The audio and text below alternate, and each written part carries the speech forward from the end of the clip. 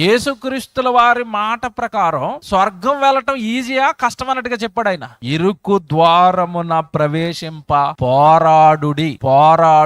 పరలోకానికి వెళ్లే ద్వారం ఎలా ఉందట? ఇరుకుగా ఉంది. ఆ ఇరుకు ద్వారాన్న మీరు స్వర్గాన్ని చేరడానికి భూమి మీద మీరు ఏం చేయాలట? పోరాటం అన్నాడు. ఉద్యోగం కొట్టడం, గవర్నమెంట్ ఉద్యోగం కొట్టడం పోరాటం, అది నీకు తెలిసిన పోరాటం. ఒక ఎమ్మెల్యే అవ్వాలంటే పోరాటం, అది నీకు తెలిసిన పోరాటం. లోకంలో ఒక ఆస్తిపరుడిగా, డబ్బు సంపాదించిన వాడిగా ఎదగాలి అంటే చాలా కష్టాలు పడాలి, చాలా వ్యాపారాలు చేయాలి, రాత్రి పగళ్ళు ఎన్నో శ్రమలు పడాలి, అప్పుడు కానీ డబ్బు సంపాదించి ఉన్నత స్థానంలోనికి వెళ్ళడం, అది నీకు తెలిసిన పోరాటం. ఒక క్రికెటర్ అవ్వాలి అంటే అది చిన్న విషయం ఏమి కాదు. క్రికెట్ ఆడటం అనేది చాలా పెద్ద కృషి. 24 గంటలు నెట్ లో ప్రాక్టీస్ చేస్తే గానీ దేశం తరపున ఆడడానికి తీసుకోరు, అదొక పోరాటం. ఇవి మీకు లోక సంబంధంగా చిన్న చిన్న స్థానాలు, చిన్న చిన్న గొప్ప స్థాయిలోనికి వెళ్ళాలి అనుకున్నప్పుడు అదే పోరాటం అని నీకు తెలిస్తే, స్వర్గం ఏదో తెరిచేసిన డోర్లు అనుకున్నావా? ఎవరు పడితే వాళ్ళు వెళ్ళిపోయేది అనుకున్నావా? ఎవరికి పడితే వాళ్ళకి ఇచ్చేది అనుకున్నావా? ఇరుకు ద్వారమున ప్రవేశింప పోరాడుడి. అనేక మంది ప్రవేశింప చూతురు కానీ వారి వలన, అంటే ఇప్పుడు అనేక మంది ప్రవేశింప చూతురు అంటే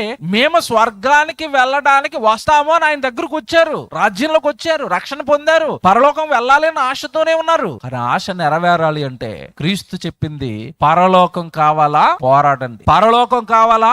పోరాడండి. గవర్నమెంట్ ఉద్యోగం వస్తే 60-70 సంవత్సరాలు హ్యాపీగా ఉంటావు, సుఖంగా ఉంటావు. అందుకే కదా రాత్రి పగలు చదువుతావు, అందుకే కదా కోచింగ్లకు వెళ్తావు, అందుకే కదా ఎన్నో కష్టాలు పడతావు. మరి స్వర్గం వస్తే జీవితకాలం సుఖంగా ఉంటావు కదా.